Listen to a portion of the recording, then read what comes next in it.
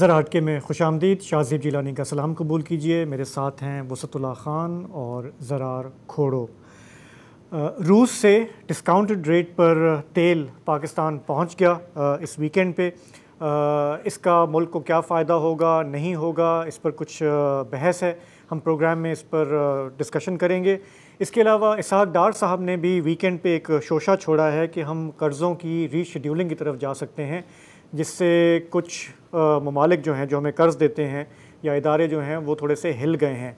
इसहाक डार साहब का क्या मतलब है, आगे की क्या प्लानिंग है, इस पर भी हम बात करेंगे।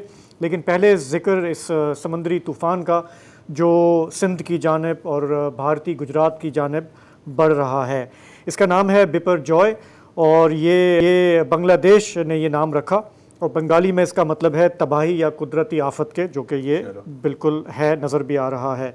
तो जो हमारे महकमा मौसमियात है वो मुसलसल अपडेट कर रहा है कि ये किस रफ्तार से बढ़ रहा है, किस जानिब बढ़ रहा है।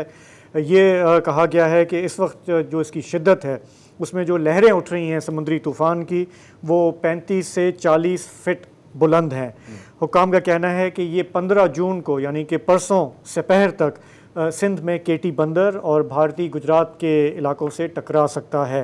तो हमने देखा कि सिंध के चीफ़ मिनिस्टर जो हैं उन्होंने एक फ़ज़ाई दौरा भी किया, इलाके का अहकामात भी जारी किए हैं लोगों के वहाँ से इनखला किया जाए, लेकिन लोग वहाँ से निकलने से अभी हिचकिचा रहे हैं। इस पर हम बात करेंगे, लेकिन पहले सुन लेते हैं कि हमारे जो चीफ मेट्रोलॉजिस्ट हैं सरदार सरफराज साहब वो इस बारे में क्या बता रहे हैं। देखिए, ये जो हमारा जनूब मशरकी सिंध है, ठट्ठा डिस्ट्रिक्ट की जो तहसील है केटी बंदर और गुजरात, इंडियन गुजरात के दरमियान किसी जगह से गुजरेगा। उसको हम सादा लफ्ज़ों में यूँ कह सकते हैं कि जो इंटरनेशनल बाउंड्री है हमारी, उसके राइट साइड से गुजरने का ज़्यादा इम्कान है उसका, यानी बल्क ऑफ इट्स पार्ट जो है ना वो इंडिया के ऊपर से गुजरेगा, उनकी एरिया के ऊपर से, लेकिन उसकी पेरिफेरल इफेक्ट या उसका फैलाव हमारे केटी बंदर और इन एरियाज़ में भी होगा। तो जाहिर है कोई छोटा सा सिस्टम तो नहीं होता, काफ़ी बड़ा उसका घिराव या फैलाव होता है। तो उसके एक तरह से इन्फ्लुएंस वही जो साउथ ईस्टर्न सिंध की पट्टी है उस पर ज़्यादा होगा। खुद भी लोगों को जाहिर है अवेयरनेस, जैसे वार्निंग शार्निंग अगर पहुंच रही है और मीडिया के थ्रू भी पता चल रहा है उनको, तो जो बिल्कुल नशीबी इलाके होते हैं ना समंदर के साथ मिले हुए, वहाँ चूँकि समंदर में रफनेस इसकी वजह से इतनी ज़्यादा आ जाती है और लहर इतनी ऊंची लहरें उठती हैं कि जो नशेबी इलाके होते हैं, जैसे कराची की हम मिसाल दें तो यहाँ पर बाबा बेट शाह का जजीरा है, इस तरह से मुबारक विलेज है या इब्राहिम हैदरी कोट है, तो उन आबादियों में इस तरह की आबादियाँ जो उधर ठट्ठा की तरफ हैं उनमें वहाँ पर ज़्यादा इम्कान है कि पानी अंदर दाखिल हो जाए समंदर की ऊँची लहर की वजह से। तो लोग अपने तौर पर भी जो एहतियाती तदाबीर कर सकते हैं, यानी वक्ती तौर पर वो जब तक कि ये पास आन नहीं हो जाता उससे टकरा कर साइल से, तो उस वक्त तक वो पानी नीचे उतर नहीं जाता, तो जाहिर है उसको इस दौरान में एहतियात करनी पड़ेगी। जी अच्छा, मैं कुछ फैक्ट्स आपको बता दूं कि 2 सीज़न होते हैं साइक्लोन के हर साल, मॉनसून से पहले और फिर एक मॉनसून के बाद, यानी कि मतलब ये दिसंबर की टाइम पर जो नेक्स्ट सीज़न इसका आता है। अक्सर हम देखते हैं कि अरेबियन सी में साइक्लोन्स बनते हैं, पैदा होते हैं, लेकिन अगर हम तारीख को देखें तो जैसे अगर अब ये थोड़े सी है कंफ्यूजिंग किस्म का ग्राफ, लेकिन अगर आप इसको देखें तो 98% जो इस तरह के साइक्लोन्स हैं वो जाते हैं गुजरात की तरफ, भारतीय रियासत गुजरात की तरफ। 1% पाकिस्तान की साहिली पट्टी की तरफ आते हैं, बिलखुसूस सिंध की साहिली पट्टी, और 1% जाते हैं ओमान की तरफ। लेकिन पिछली सदी में अगर हम देखें तो कई साइक्लोन्स आए हैं। 2 जो सबसे बड़े थे, जो कहा जाता है सबसे बड़े थे, उनके बारे में मैं आपको बता सकता हूँ। एक था मई 1999 में, जिसमें जो केटी बंदर पर हिट हुआ था, और ये तकरीबन 6500 लोग अमवात हुई थी। अच्छा। सिंध में। अच्छा। ये एटलीस्ट रिकॉर्ड किया जाता है मुख्तलिफ इलाकों में। लेकिन ये था स्ट्रॉन्गेस्ट साइक्लोन जो कभी पाकिस्तान की तरफ आया। फिर एक 1965 में भी आया था यहाँ कराची साइड में, उसमें डेटा इतना नहीं है, लेकिन कहा जाता है कि 10,000 तक लोग जहाँ बहक हुए थे। की थी मुकम्मल हो गई। हाँ जी, एक बात आपने की कि गुजरात को ज़्यादा उन्होंने हिट किया, इंडियन गुजरात को बनिस्बत इसके हमारे सिंध के, उसकी एक टेक्निकल वजह है। अगर आप नक्शा चला दें दोबारा, वो स्टिल कर दें जो अभी, हाँ ये वाला, आप देखें कि ये जो गुजरात है जी, यहाँ ये है बिल्कुल स्ट्रेट साहिल, तो इस पे थप्पड़ की तरह कोई चीज आके लगेगी। अच्छा, सिंध जो जहां से शुरू होता है वो एक कर्व के अंदर है और कराची तो बिल्कुल ही कर्व के अंदर है, ठीक है। तो कर्व में जब तूफान आता है तो उसकी शिद्दत जो है वो टूट जाती है, और अगर स्ट्रेट साहिल है तो उसको फिर उतना ही बड़ा चमाट पड़ने की वो। और फिर हमारे पास अब्दुल्ला शाह गाजी भी है। लेकिन मसला ये कि अक्सर ये जो मकरान का साहिल है, हालांकि वो सीधा है, उस पे बहुत अगर तूफान है तो वो बहुत शिद्दत से टकराएगा। वो इसलिए बच जाता है कि यहाँ तक आते आते उसकी जो ताकत है वो अक्सर टूट जाती है। तो कई साइक्लोन जो हैं वो बस यहाँ गुजरात पे आके फारिग हो जाते हैं। तो हमारा जो मेट डिपार्टमेंट है ना, वो जो मेट डिपार्टमेंट है, आपने क्योंकि 99 की बात की, वो ये कह रहा है कि इस दफ़ा ये जो तूफान आ रहा है इसका रूट लगभग वही है, इसकी रफ्तार लगभग वैसी है, और समंदर में भी ये उसी जगह पे वजूद में आया जैसे जो 99 वाला आया था। और हाँ, और ये तो इसकी शिद्दत का जो है आपने फिगर एक दिया कि 6,500 आपने कहा ना अमवात हुई थी। बदीन ठट्टा के लोगों को वो याद है, मतलब ऐसे जिस उम्र में लोग हैं उनको याद है। और उसमें मैं जो फिगर देख रहा हूँ वो तो कह रहे हैं कि 2,500 एकड़ ज़मीन तबाह हुई थी। सो उसका जो पैमाना है वो बहुत ज़्यादा है। अच्छी की बात है। तो यहाँ पर अभी मैं पढ़ा था जो सिंध के वज़ीर आला मुराद अली शाह ने कहा है कि कराची में शायद क्लाउड बर्स्ट आएगा। अच्छा, क्लाउड बर्स्ट हमको पता है कि जब एक बहुत कम वक्त में बहुत ज़्यादा बारिश आ जाती है, और जब ज्यादा बारिश आती है तो ज्यादा पानी भी आता है, जैसे आपको पता है। तो ये होता है कि मैं आप पे मग की बजाय पूरी बाल्टी उलेट ये और 1 सेकंड के अंदर, धीरे धीरे नहीं। कितनी बारिश होने का इम्कान है? वो कह रहे हैं कि 60 मिलीमीटर बारिश सिर्फ आधे घंटे के अंदर। अच्छा, अब क्योंकि इस तरह बंदा बोले तो शायद समझ नहीं आती, तो ये वही इंटेंसिटी है जो हमने 2022 में भी देखी थी और 2020 में भी देखी थी, और मेरा ख्याल है हमें अच्छी तरह से याद है कि 2020 और 2022 में क्या हुआ था। और अगर आप बदकिस्मती से इस वक्त कराची के डिस्ट्रिक्ट सेंट्रल या साउथ के शहरी हैं तो आपको पता है कि इस वक्त रोडों का क्या हाल है, हर जगह खंडकें बनी हुई हैं। तो मैं तो कहता हूँ कुछ नहीं तो बंदा उसके अंदर मछलियाँ ही छोड़ दें। सो बेसिकली वो ये कह रहे हैं कि इवन अगर ये उस तरफ जा रहा है, इसका जो हमारे पास जो इम्पैक्ट आएगा कराची में, तो आएगा। जो देखिए एक दो तीन चीजें मस्ट हैं। बिजली चली जाएगी 100%, आप स्टैंड स्टिल पे आ जाएंगे, बारिशें होंगी, तो अभी इसको हल्का ना लें, हल्का मत लें। लेकिन जो मेन जहाँ पे ज्यादा तबाही का इम्कान है, बिलबोर्ड्स और सोलर पैनल्स को भी खतरा है जी, वो है ज़ाहिर बदीन ठट्टा सजावल के लोगों का। तो बदीन से हमारे नुमाइंदे हैं आगा बदरजई, वो इस वक्त लाइन पे मौजूद हैं। आपको क्या सुनाई दे रहा है साहिली इलाकों में? वहाँ पे लोग क्या कर रहे हैं, निकल रहे हैं, नहीं निकल रहे?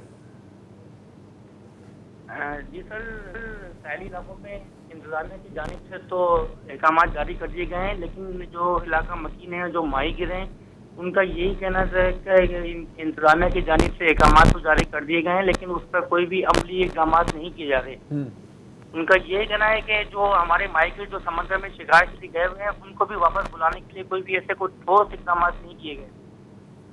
तो वो अभी तक उसी इलाके में बैठे हुए हैं, और उनका यही कहना कि इंतजामिया सिर्फ जो दावे करती है वो सिर्फ दावों तक ही बात रह जाती है, लेकिन अभी तक हमें कोई भी इस तरह का रिलीफ नहीं दिया गया। तो सिंध हुकूमत का कहना है कि 60,000 लोगों का इनखला करना है सिर्फ ज़िला सुजावल से। तो उनका अगर इनखला करना है तो गवर्नमेंट क्या कह रही है कि आप बस वहाँ से निकल के कहीं और चले जाएं, या गवर्नमेंट उनको कुछ ऑफर कर रही है? ट्रांसपोर्ट भी दे रही है हुकूमत की जानिब से, और जो जिला इंतजामिया की जानिब से जो है उनको महफूज मकामात पर मुंतकिल करने के लिए जो है वो अहकाम भी जारी किए गए हैं। उनके लिए जो है अपना कोई कैंप वगैरह भी कायम किए गए, लेकिन जो माहिर और जो इलाका मकीन है वो जो है अपनी जगहों पर अपने इलाकों में अभी तक महदूद। तो आपको नहीं मालूम कि ट्रांसपोर्ट दे रहे हैं या नहीं दे रहे? सर, इंतजामिया की जानिब से तो यही कहा जा रहा है कि उनको हर किस्म की रिलीफ दे रहे हैं, उनके खाने पीने का और हर चीज़ का जो है अपना सहूलत दी गई है उनको, लेकिन इलाका मकीन जो है वो माइकी जो है अभी तक जो है वो बाहर निकलने की नहीं कर रहे। ठीक है, चलें। वो सब आपसे पहले बात हो रही थी, मैं ये पूछ रहा था एक बेसिक सवाल कि जब आफतें आती हैं, हमने बार बार देखा है लोग निकलते नहीं हैं। तो अब ये जो 99 में अगर आया है और अगर लोग दरपदर हो गए, और अगर लेट्स से कि उनको गवर्नमेंट से इमदाद नहीं मिली, तो वो तो उनके जहन में भी ताज़ा होगा ना। मेरे जहन में तो है, और जो तजर्बा मुझे है वो है 2010 की सैलाब का।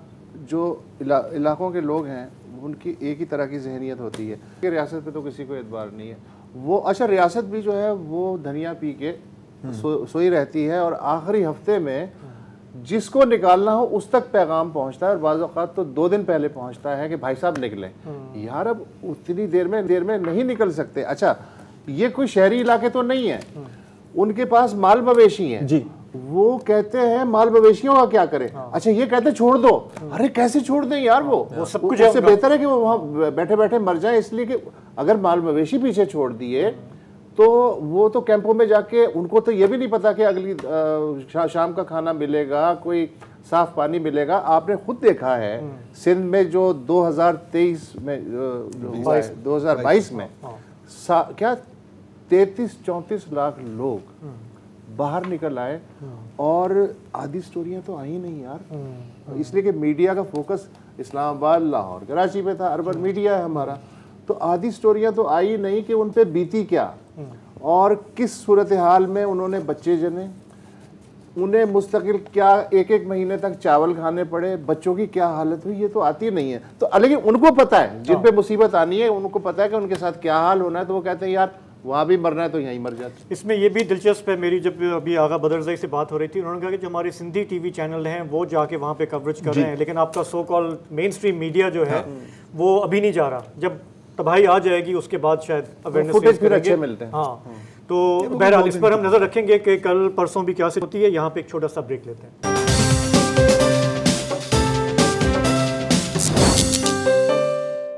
Welcome back.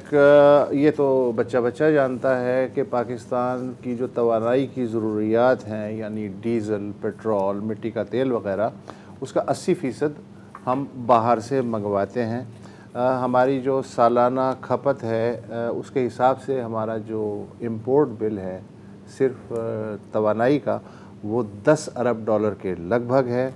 इसमें से $4 अरब का ख़ाम तेल हम मंगवाते हैं और $6 अरब की पेट्रोलियम मसनूआत यानी डीज़ल और पेट्रोल रिफ़ाइंड। हालांकि हमारे पास तेल साफ़ करने की 5 रिफ़ाइनरीज़ भी हैं, मगर वो मुल्की ज़रूरियात के लिए नाकाफ़ी हैं और तेल चूँकि हम डॉलर में मंगवाते हैं, लिहाजा बैनुल-अक़वामी उतार चढ़ाव जो भी हो तेल की कीमत का या गैस की कीमत उससे क़ता नज़र ये जो रुपए और डॉलर का जो उतार चढ़ाव है ये हमें बहुत बुरी तरह मार लगा रहा है पिछले 2 बरस से। मसलन पिछले 1 बरस में जो रुपए की कीमत थी डॉलर के मुकाबले में वो 100 रुपये कम हुई है। चुनाचे गुज़िश्ता साल मई में जो 1 लीटर पेट्रोल मुझे और आपको 150 रुपये में मिल रहा था, वो इस मई में जो अभी 2-4 दिन पहले गुज़रा है 262 रुपये फ़ी लीटर दस्तयाब है। उसकी वजह से ज़ाहिर है महंगाई आसमान पे पहुंच गई है। ऐसे में मुल्की मईशत पे तेल के इस भारी बिल का बोझ कैसे हल्का हो सकता है, इस तनाजुर में साबिक़ा PTI हुकूमत और मौजूदा शहबाज हुकूमत ने रूसी तेल ख़रीदने की कोशिश की, क्योंकि उन्होंने सुना था कि मगरिब की पाबंदियों के सबब यूक्रेन से जो लड़ाई है उसके नतीजे में जो पाबंदियाँ लगी हैं, रूसी तेल की कीमत बैनुल-अक़वामी मार्केट में 30% तक कम दस्तयाब है। तो ये एक फ़ायदे की बात उन्हें नज़र आई। चुनाचे चीन और हिंदुस्तान की देखा देखी पाकिस्तान ने भी रूसी तेल ख़रीदने का संजीदगी से फ़ैसला किया और 1 लाख टन ख़ाम तेल की पहली खेप कल कराची की बंदरगाह पे उतरनी शुरू हो गई है। 1 लाख टन का मतलब है 7,35,000 बैरल, जबकि हमारी रोज़ाना कौमी ज़रूरियात हैं लगभग 3 लाख बैरल। तो इससे मैं क्या नतीजा निकालूँ बतौर आम आदमी कि क्या मुझे भी और आपको भी अब रूसी तेल आने की वजह से पेट्रोल और डीज़ल 30% सस्ता मिलेगा? इसका जवाब जो वज़ीर ममलिकत बराए पेट्रोलियम है मुसद्दिक़ मलिक, उनके पास नहीं है। वो फ़िलहाल आ कर रहे हैं, लिहाजा हमने माहिरीन की तरफ रुजू किया है। पाकिस्तान में एक इक़्तिसादी तहक़ीक़ और मार्केट की रिसर्च का इदारा है पाइड, उसमें तवानाई के शोबे हैं doctor Afia Malik. Thank you so much for joining us. ये बताइए कि हम खुश हो जाएं या नहीं? अभी मेरा नहीं ख्याल कि हमें कोई बहुत ज़्यादा खुश होने की ज़रूरत है, क्योंकि अभी शायद गवर्नमेंट को भी पता है कि अभी जो हमने तेल मंगवाया है ये सिर्फ ट्रायल बेसिस पे है।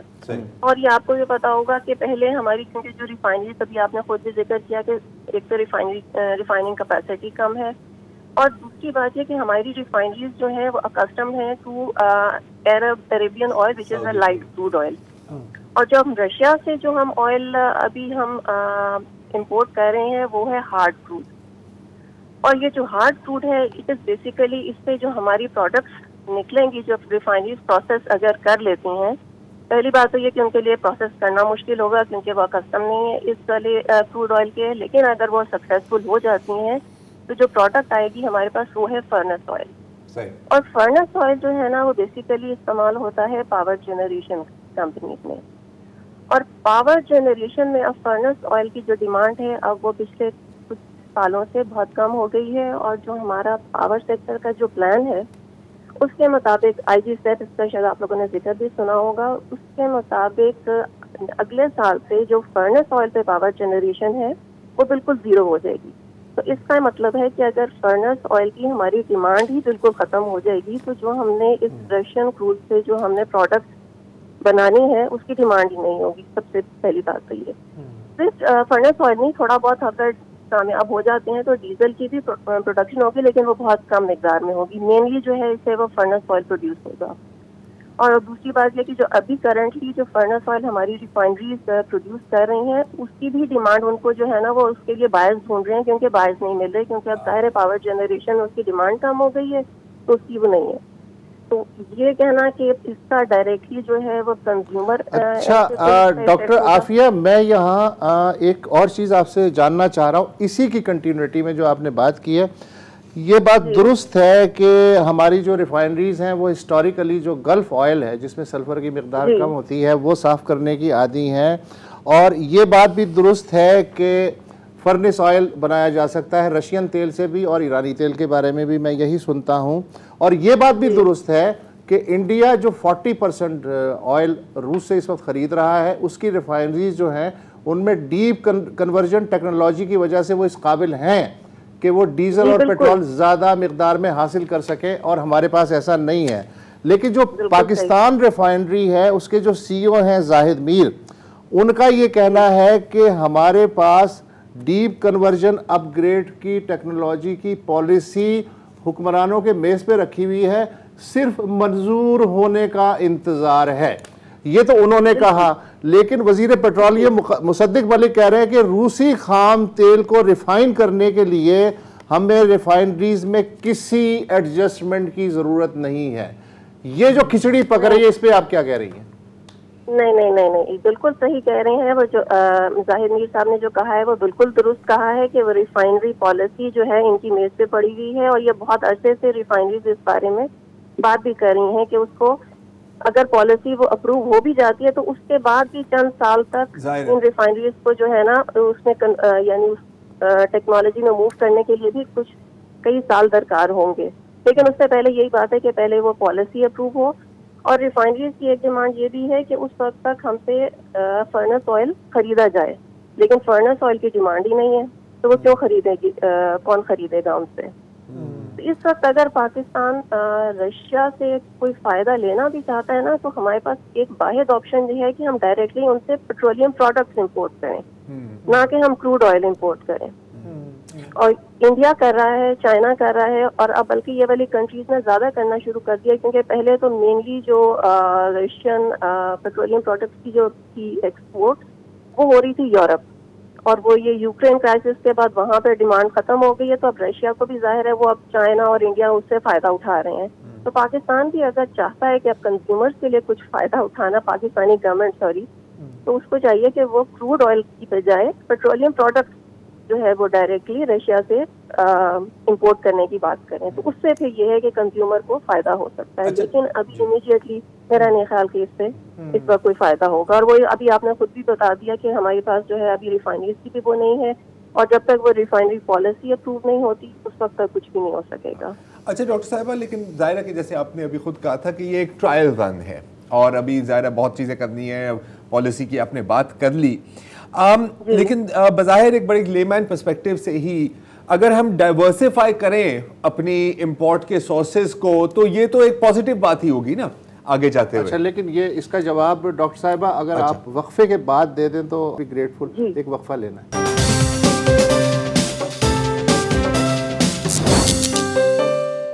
वेलकम बैक जी। बात हो रही है रशियन ऑयल के बारे में। हमारे साथ डॉक्टर आफिया मलिक साहिबा हैं। डॉक्टर साहिबा, ब्रेक से पहले आपसे एक सवाल पूछा था कि माना कि ये एक ट्रायल है और अभी तो बहुत और काम करना है हमें, लेकिन ये तो एक अच्छी बात है ना कि कोशिश की जा रही है कि हमारी जो ऑयल के इंपोर्ट सोर्सेज हैं उनको थोड़ा सा डाइवर्सिफाई किया जाए, कि एक दो प्रोवाइडर्स पर हमारी बहुत ज़्यादा रिलायंस ना हो। जी नहीं, वो आपकी, मैं इस बात से बिल्कुल एग्री करती हूँ कि हमें डाइवर्सिफाई करना की बहुत अच्छी बात है कि हम डाइवर्सिफाई कर रहे हैं, लेकिन वही मैं अपना पॉइंट दोबारा से रिपीट करूंगी कि हमें हमारी मेन जो इम्पोर्ट है ना वो पेट्रोलियम प्रोडक्ट्स की है। क्रूड हम जो है ना वो 40 यानी टोटल अगर क्रूड और पेट्रोलियम प्रोडक्ट्स मिला लें तो 60% हम पेट्रोलियम प्रोडक्ट्स को इम्पोर्ट कर रहे हैं। तो हमें जो पेट्रोलियम प्रोडक्ट्स की जो मार्केट है ना उसको भी डाइवर्सिफाई करने की जरूरत है। अच्छा, इसके ऊपर ये बेहतर है कि बजाय इसके कि हम क्रूड की तरफ जाएं, हम प्रोडक्ट्स की तरफ जाएं और उस वाली मार्केट को जो है वो डाइवर्सिफाई। अच्छा, एक और सवाल है और हो सकता है कि बहुत ही अहमकाना सवाल हो। फर्ज करें कि अगर हम वहां से ये इंपोर्ट करके अगर हम गल्फ में इसको रिफाइन करा के फिर मंगवाएं तो फिर तो कीमत तो उतनी बन जाएगी ना? बिल्कुल उतनी बन जाएगी। ठीक है, ठीक है, तो वो बारे में नहीं आता। अच्छा डॉक्टर साहिबा, मेरा एक सवाल ये है, फ्रेट चार्जेस के फर्ज करें हमें 30% डिस्काउंट पे रशियन तेल मिल गया, लेकिन फ्रेट चार्जेस जो हैं वो इतने पड़ गए कि ऑलमोस्ट उतनी ही कीमत पड़ गई यहाँ पोर्ट पे पहुँचते पहुँचते जितनी हम यूएई से मंगवाने में या कुवैत से या सऊदी अरब से कर सकते हैं। तो इस एक्सरसाइज का क्या फ़ायदा है? और जब ईरानी तेल की क्वालिटी भी ऑलमोस्ट रशियन ऑयल के जैसी है, तो हम एक पाइप लगा के क्यों नहीं ये ले सकते डाइवर्सिफिकेशन के हवाले से भी? और ये कि कितनी आसानी हो जाएगी जब हम 1000 किलोवाट उनसे बिजली ले सकते हैं जिस पे अमेरिका को कोई एतराज़ नहीं है, और रूस से ले सकते हैं तेल जिस पे अमेरिका को कोई एतराज़ नहीं है, तो ईरान से क्यों नहीं ले सकते ताकि हमें जेन्युइनली कोई फ़ायदा हो? बिल्कुल सही, मैं आपकी बात से बिल्कुल एग्री करूंगी। और आपको ये भी बात मालूम होगी कि ईरान से जो है ना वो स्मगलिंग तो हो रही है हमारे यहाँ। जी जी। तो अगर उसी को लीगलाइज कर दिया जाए और प्रॉपर तरीके से हम जो है वो ऑयल को वो डायरेक्टली ईरान से इंपोर्ट करना शुरू कर दें थ्रू फॉर्मल वेज, तो उससे हमें बहुत ज्यादा फायदा होगा। और इस वक्त इतनी ज्यादा वो पेनिट्रेट भी कर चुका है ईरानियन ऑयल हमारी मार्केट में। यानी बहुत सारे जो डीलर्स हैं हमारे वहाँ पे, तो सुनने में ये भी आता है कि वो मिक्स करके देते हैं, क्योंकि जाहिर है वहाँ से वो आदि से भी वहाँ जो बॉर्डर से लेकर आते हैं वो स्मगल शुदा वो पेट्रोलियम प्रोडक्ट ईरान से, उसकी कीमत बहुत कम है एज कम्पेयर टू जो यहाँ पे प्रोड्यूस हो रहा है। तो वो यहाँ पे फॉर प्रॉफिट्स उसको मिक्स करके जो है वो अपने पेट्रोल पंप पे कंज्यूमर को बेच रहे हैं। तो अगर यही गवर्नमेंट जो है डायरेक्टली ईरान से इंपोर्ट करना शुरू कर दे थ्रू लीगल वेज, तो इसका गवर्नमेंट को भी फायदा होगा और कंज्यूमर को भी फायदा होगा। तो इससे मुझे अंदाजा होता है कि ये जो फिजिबिलिटी है, जाहिर है कि मुसद्दिक मलिक और इतने बड़े बड़े दिग्गज और जिन बैठे हुए हैं वज़ारत ख़जाना में और एनर्जी में, जाहिर है कि जो हम बातें कर रहे हैं उन्हें भी पता है। तो मुझे अब लग रहा है कि ये एक तरह का शायद पॉलिटिकल स्टेटमेंट है वहां से मंगवा। ये बातें सबको पता है। और ये जो मैंने अभी ईरान वाली बातें की हैं उसमें आपको भी पता है कि वहाँ से थोड़े से जो बॉर्डर्स पे लोग बैठे हुए हैं वहाँ पे वो भी कुछ रीजन आ जाते हैं कि किस तरह से, जाहिर है पता तो सबको है। डॉक्टर साहब ये बताएं, एक मेरा छोटा सा सवाल है कि ये जो डील की है हमने रशियन से, आज वजीर पेट्रोलियम ने कहा कि इनको हम पे करेंगे चाइनीज करेंसी में, इससे हमें फ़ायदा होगा? क्योंकि और ये उसी में फीड होता है कि ये जो जियो स्ट्रेटिजिक डिसीजन ये हो सकता है कि हमें रूस और चाइना की तरफ थोड़ा सा देखना है बनिस्बत हम इन्हिसार करें हर चीज़ के लिए अरब ममालिक पे और मगरिब पे। लेकिन क्या हमारे पास चाइनीज जॉन की इतनी वो है अवेलेबिलिटी? जिस तरह डॉलर्स की शॉर्टेज है उस तरह वो चाइनीज करेंसी की भी हमारे पास कोई वो बहुत ज्यादा तो अवेलेबल वो भी नहीं है ना।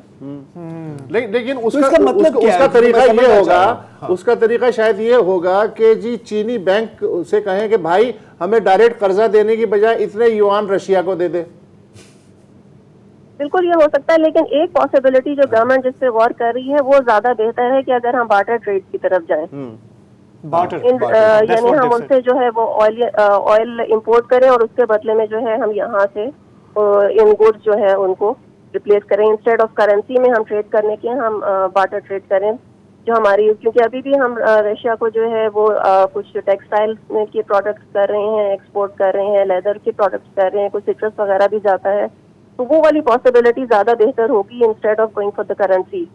ओके, फेयर इनफ, बिल्कुल सही है, बिल्कुल सही है। ठीक है, बहुत शुक्रिया डॉक्टर साहिबा। अब मैं थोड़ी देर पहले ना वो भारत की बात की थी जी। यस, तो यार मानना पड़ता है, मानना यार पड़ता है।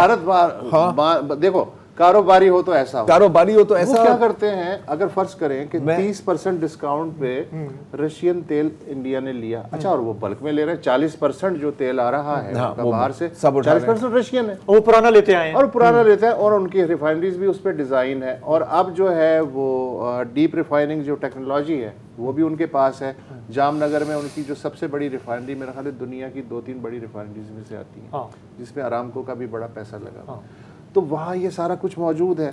अब वो क्या कर रहे हैं कि 30 रुपए कम में तेल खरीद के वो अपनी रिफाइनरीज में ना सिर्फ अपने मुल्क की ज़रूरियात पूरी कर रहे हैं, बल्कि उस रियायती तेल से डीजल बना के वेस्ट को बेच रहे हैं, जो कि वेस्ट डायरेक्ट रूस से नहीं ले सकता। अच्छा, तो एक तरह से 30 रुपए की बजाय इंडिया को 70 रुपए का फायदा हो रहा है, सिर्फ 30 रुपए देने पड़ रहे हैं, लेकिन रूस को जो है 70 रुपए। अब आप ये ना समझें कि सिर्फ आपने तय की, हाँ, क्योंकि मैंने भी तहकीक की है, और मैं आपको एक तस्वीर में समझा सकता हूँ शाहबाज भाई। नहीं, ये इनकी पूरी एक्सप्लेनेशन अपनी जगह, और ये एक तस्वीर अपनी जगह, ये देखिए, नारियल रूसी तेल इंडिया पहुंच रहा है, वहां से इंडिया के थ्रू डीजल की शक्ल में वो यूरोप जा रहा है, यूरोप पहुंच गया है। अब तो ये होता है अवामी अंदाज, अब सबको समझ आ गई। वहाँ जो आईडी हुआ था, जो आईडी, ये हमारे ये ख्याल नहीं आया कभी किसी को कि हमारे यहाँ ख्याल ही आया, बहुत बड़ी बात है। अपनी जरूरियात अपनी रिफाइनरी से नहीं पूरी कर पा रहे, हमारी पॉलिसी का मसला है ना सर, पॉलिसी का मसला। एक लीडर हमारे कहते थे कि जब आजाद होती है पॉलिसी तो फिर आप जो है ना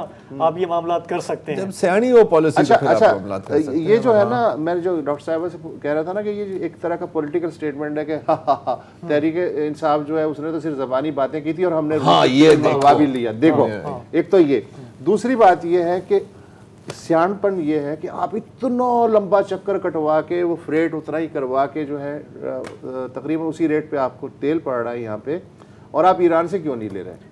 तो वो मुझे बगले की कहानी याद आ जाती है कि किसी ने पूछा जी बगला पकड़ने की तरकीब क्या है, उसने कहा बड़ा आसान है, आप पीछे जाएं और क्रॉल करते करते बगले तक पहुंच के, धूप में होगा तो उसके सर पे आप मोम रखें, मोम पिघल के आंखों में जाएगा, बगला पकड़ ले।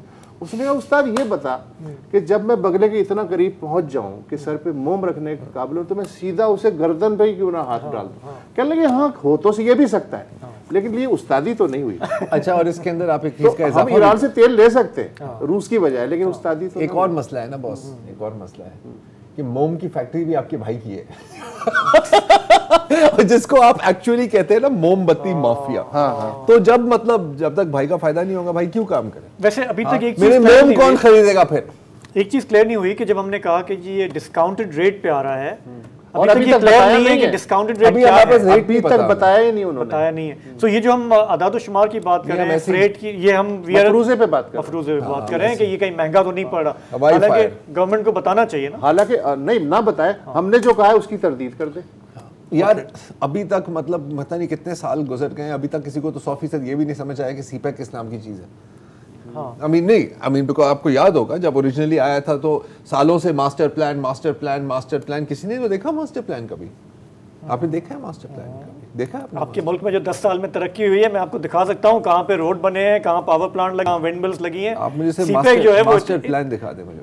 मास्टर प्लान इवॉल्व होता है ना वक्त के साथ साथ। अभी वो सीपैक ग्रीनिंग की तरफ जा रहा है। तो एक छोटा सा ब्रेक लेते हैं, वापस आते हैं तो बात करते हैं कि हमारा मुल्क कर्जों में धुसता जा रहा है, उसको टैकल करने के लिए इसाक डार साहब ने क्या तजवीज़ दी।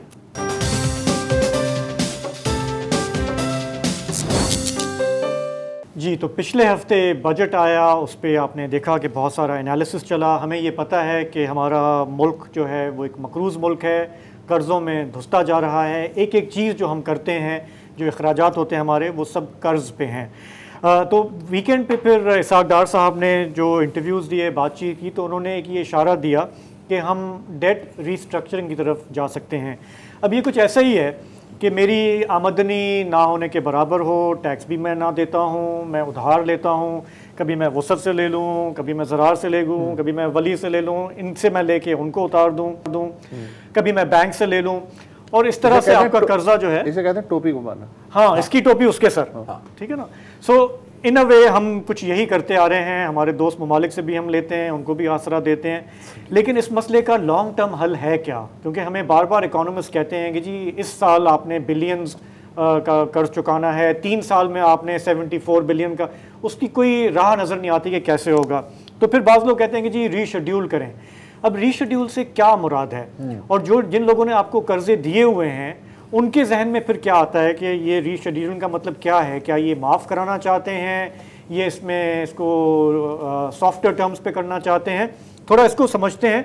हमारे साथ प्रोग्राम में माहीन रहमान हमें ज्वाइन कर रही हैं, इन्वेस्टमेंट का उन्हें तजुर्बा है, कॉर्पोरेट गवर्नेंस के हवाले से भी काफ़ी महारत रखती हैं। तो माहीन साहिबा, चाहे ये मैं इनफरादी शख्स की बात कर रहा हूँ, इदारे की या मुल्क की, थोड़ा ये एक्सप्लेन करें कि अगर हमारा फाइनेंस मिनिस्टर कहता है कि हम रीशेड्यूलिंग पे गौर कर रहे हैं, इसका इम्पैक्ट क्या होता है और इसका मतलब क्या है? कि क्या महज़ब अल्फाज में वो ये कहना चाह रहे हैं कि हम बैंकरप्ट हो रहे हैं, भाई साहब हमारी मदद करें? जी अस्सलामुअलैकुम। देखिए, रीस्ट्रक्चरिंग की जो बात होती है ना, ये आई फील के इसको थोड़ा सा प्रीएम्प्टिवली लिया गया है, इन द सेंस ऑफ कि अभी से इस तरह पब्लिकली अनाउंस करना कि हम रीस्ट्रक्चरिंग की तरफ जा रहे हैं, ये थोड़ा सा अनयूजुअल है। रीस्ट्रक्चरिंग देखें किस लिहाज से होती है, चाहे आप पब्लिक कॉर्पोरेशन हो या पब्लिक गवर्नमेंट हो, रियलिटी ये है कि जो भी रीस्ट्रक्चरिंग होगी, आपके क्रेडिटर्स सिंपली आपसे एक बात पूछेंगे कि आप रीस्ट्रक्चर तो कर लेंगे, लेकिन हमें क्या कंफर्ट है कि ये दोबारा आप रीस्ट्रक्चरिंग के लिए नहीं आएंगे। क्योंकि यही सवाल उठेगा कि इस दफ़ा अगर रीस्ट्रक्चरिंग हो गई तो आप एज गवर्नमेंट जो है कौन से स्टेप्स लेंगे जो कि हमें कंफर्ट पहुंचाएं और एक रास्ते पे जाने के लिए जहाँ पे आइंदा ये सिचुएशन नहीं क्रिएट होगी। एंड आई थिंक इस वक्त जहाँ हम खड़े हुए हैं तो वी आर अनफॉर्चुनेटली हम इसके शायद नज़दीक भी ना हो। तो रियलिटी तो ये है कि जो पाकिस्तान की इकोनॉमी के स्ट्रक्चरल इश्यूज हैं, जो पब्लिक सेक्टर एंटरप्राइजेस हैं जो फिस्कल डेफिसिट को बढ़ा रही हैं, जो सब्सिडीज हैं हमारी, और जो जनरल प्रॉब्लम आ रही है विद इन टैक्स कलेक्शन और रेवेन्यू कलेक्शन और एक्सपोर्ट जनरेशन, जब तक हम ये चीज़ें एड्रेस नहीं करेंगे तो क्रेडिटर्स मोस्ट लाइकली भी हमसे वो बात नहीं करना चाहेंगे रीस्ट्रक्चरिंग की, क्योंकि वो कंफर्ट या कॉन्फिडेंस नहीं होगा कि ये आइंदा दोबारा ना हो जाए। अच्छा माहीन, ये कौन से क्रेडिटर्स की बात हो रही है यहाँ पर? ये भी हमें मेरे ख्याल थोड़ा सा वाज़ेह करना चाहिए, क्योंकि इसाक डार साहब ने फिर थोड़ा सा वॉक बैक भी किया और कहा है कि नहीं जी, पेरिस क्लब यानी जो मल्टीलैटरल जो लेंडर्स हैं उनसे हम रिस्ट्रक्चरिंग की बात नहीं करेंगे, हम वक्त पर पैसे देंगे, क्योंकि वो शायद ये ना समझें कि यार अब काबिल ही नहीं है पैसे देने के। तो अगर पेरिस क्लब को माइनस कर दें तो ऐसे ही हमारे अपने इल्म के लिए कौन कौन से क्रेडिटर्स बचते हैं यहाँ पर मल्टीलैटरल के? बायलैटरल की सिर्फ बायलैटरल की बात कर रहे हैं, फिर दो तरफा। जी देखिए, हमारे पास जो सबसे ज्यादा डेट जो हम वो करते हैं ना इस वक्त मल्टीलैटरल क्रेडिटर्स हैं, और वो उनको हम प्रेफर्ड क्रेडिटर्स कहते हैं। तो जनरली जो भी डेट की सिचुएशन होती है, जनरली मल्टीलैटरल जो होते हैं जैसे एडीबी है, आईएफसी है, आईएमएफ है, इनको तो पेमेंट ऐसे प्रेफर्ड टर्म्स मिल रही होती है, और इनके डेट भी अगर हम देखें तो बहुत लॉन्ग टर्म डेट है। इसमें पाकिस्तान को पे बैक करने में जिस किस्म के प्रेफरेंशियल टर्म्स वैसे ही मिले हुए हैं, उनको रिस्ट्रक्चर करने की ऑनेस्टली आगे जरूरत नहीं है। जो आई थिंक प्रेफर हो रहा है वो बायलैटरल डेट की है, which is effectively Chinese debt. अब ये चाइनीज डेट जो है ये लार्जली चाइनीज कमर्शियल बैंक्स पे है, कमर्शियल टर्म्स पे है, और ये ज्यादातर शॉर्ट टर्म है, यानी कि छोटा अमाउंट है इसका। जहाँ पे फॉर एग्जांपल आईएमएफ के लोन्स हो या वर्ल्ड बैंक के लोन्स हो, वो generally long term over 15 to 20 years होते हैं। लेकिन जो चाइनीज कमर्शियल लोन्स हैं ये थोड़े शॉर्ट टर्म है। एंड आई थिंक जो समझ आ रहा है एटलीस्ट फाइनेंस मिनिस्ट्री की बातों से कि इन स्पेसिफिकली इन लोन्स को टारगेट किया जा रहा है, और इनको इस तरह से या तो रोल ओवर करें या रिस्ट्रक्चर करें ताकि इनकी पेमेंट टर्म्स हो जो थोड़ा सा लंबा टेनर पे खिंच जाएं, और थोड़ा सा जो है शायद रूम मिल जाए with in the external account के ये डेट मैनेज हो जाए या रोल ओवर हो जाए विदाउट द कंडीशन और without the event of default. Okay, अच्छा जी, अच्छा माहीन, सॉरी अब ये थोड़ी स्पेक्युलेटिव बात है, लेकिन आपको काफ़ी एक्सपीरियंस है इंटरनेशनल मार्केट्स में और इंटरनेशनल मार्केट्स का आजकल जो माहौल है, अगर ऐसी कोई पेशकश की गई चाइना के कमर्शियल बैंक्स, और कमर्शियल बैंक्स की बात हो रही है, कोई स्टेट लेंडिंग की तो बात हो नहीं रही, तो आपका क्या ख्याल है कि किस किस्म का रिस्पॉन्स मिलेगा वहाँ से? देखिए अगेन लाइक यू सेड, ये बहुत स्पेकुलेटिव बात है। आई थिंक अगर ये बात शुरू भी होगी तो ज़रूर चाइनीज़ गवर्नमेंट की तरफ से वही सवाल आएंगे पाकिस्तान गवर्नमेंट के कि अगर ये रिस्ट्रक्चरिंग की तरफ जा रहे हैं या ये सक्सेसफुल होगा तो पाकिस्तान गवर्नमेंट जो है इन रिटर्न क्या अचीव करेगा। तो आई थिंक ये एक will not be an easy discussion, लेकिन लाइक यू सेड इस वक्त इट्स टू अर्ली टू से कि आगे जाके चाइना या तो एक्सेप्ट करेगा या नहीं एक्सेप्ट करेगा। आई थिंक बहुत डिपेंडेंसी होगी कि पाकिस्तान इन रिटर्न क्या ऑफर करता है, एंड आपको खुद पता है कि इस वक्त जियो पोलिटिकल सिचुएशन किस किस्म की है, तो ये जो है एक बहुत नाजुक मोड़ होगा आई वुड से पाकिस्तान के लिए, यू नो, टू डिसाइड कि कौन से डायरेक्शन में जाए यहाँ। तो अगर हम ये देखें कि जिस तरह चीन का ये बेल्ट एंड रोड इनिशिएटिव है, सीपैक उसका हिस्सा है, अफ्रीका के बहुत मुल्कों में भी चीन ने सरमायाकारी की, म्यांमार में की है, श्रीलंका में की, जिस तरह से हम जहाँ पे खड़े हैं और जिस तरह से हम मेरा ख्याल है कि जगड़ते जा रहे हैं कर्ज़ों में, हमें कोई और हमारे साथ कौन से मुल्क की मिसाल बनती है जहाँ से हम कंपेयर कर सकते हैं कि जब आप रीशेड्यूलिंग की तरफ आप गए, आप क्योंकि चीन से सबसे ज़्यादा आपने कर्जे लिए हुए हैं, तो कोई हमारे पास मिसाल है, कोई अच्छी एग्जाम्पल या बुरी एग्जाम्पल जिससे हम कुछ सीख सकें? देखिए जहाँ पे एज फार एज चाइना की डेट कंसर्न है तो श्रीलंका के लिहाज से भी चाइनीज डेट बहुत ज़्यादा था उनके पास, गाना के लिहाज से भी। तो इस पॉइंट पे चाइना ने मना कर दिया था डेट रिस्ट्रक्चरिंग से, इस वजह से ये दोनों मुल्क जो है डिफॉल्ट की तरफ चले गए थे। तो एज सच देखें this will require a fair amount of diplomacy I would imagine, लेकिन सबसे ज़्यादा आई थिंक वही सवाल उठेगा बार बार कि जो अंदर पाकिस्तान के मसले हैं with regards to both the political situation, the stability on the political situation, उसको चाइना से क्या कंफर्ट मिल सकता है कि आगे जाके वो सिचुएशन दोबारा क्रिएट नहीं होगी।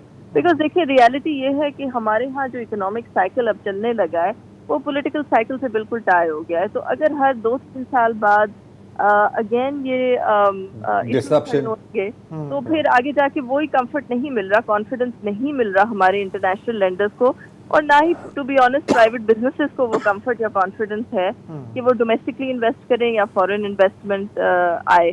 तो ये प्रॉब्लम जो है समवेयर और द अदर इसका हल निकालना होगा, क्योंकि अदरवाइज ये साइकिल जो है मजीद और चलता रहेगा और पाकिस्तान की इकोनॉमिक सिचुएशन इसके साथ साथ और खराब होती है। बिल्कुल ठीक है, हमें अपना घर ठीक करना है। माहिन रहमान साहब आपका बहुत बहुत शुक्रिया। जहाँ तक स्टेबिलिटी की बात है तो ये आईपीपी प्रोजेक्ट लॉन्च हुआ है, ये स्टेबिलिटी के लिए इस्तेहकाम वो किसी ने बहुत अच्छा कहा कि ये लोग खुद बहुत गैर मुस्तहकम है, ये क्या इस्तेहकाम लाएंगे। सबसे आसान जो हल है वो ये है जो श्रीलंका में हुआ कि हम्बनतोता की जो पोर्ट थी, चाइनीज ने कहा ठीक है सर कोई मसला नहीं, आप हमें दे दें।